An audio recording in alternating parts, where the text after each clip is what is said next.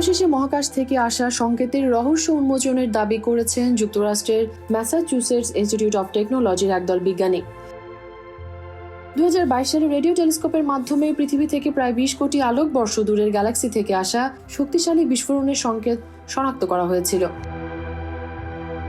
বিস্ফোরণটি মাত্র কয়েক মিলিসেকেন্ড স্থায়ী হলেও পুরো ছায়াপথে ছড়িয়ে যাওয়ার জন্য যথেষ্ট শক্তি ছিল সেই সংকেতে।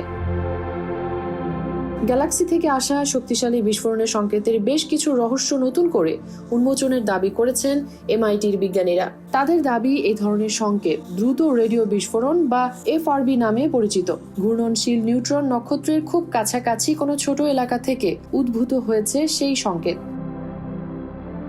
ধারণা করা হচ্ছে ম্যাগনেটোস্ফিয়ার নামে পরিচিত তারকার চারপাশে শক্তিশালী চুম্বকীয় ক্ষেত্রের স্তর থেকে উৎপন্ন হয়েছে সংকেতটি। মহাকাশ থেকে আসা রহস্যময় সংকেতের বিষয়ে বিজ্ঞানী কিয়োশি মাসুই বলেন, উচ্চ চুম্বকীয় নিউট্রন নক্ষত্রের চারপাশ ম্যাগনেটার নামে পরিচিত। সেখানে পরমাণু থাকতে পারে না, চৌম্বক ক্ষেত্র দ্বারা বিচ্ছিন্ন হয়ে যায় পরমাণু। আমরা দেখতে পাচ্ছি উৎসের কাছাকাছি সেই চৌম্বক ক্ষেত্রের মধ্যে সঞ্চিত শক্তি এমনভাবে ছড়িয়ে পড়ে যা রেডিও তরঙ্গ হিসেবে মহাবিশ্বের অর্ধেক পথ পাড়ি দিয়ে ফেলছে।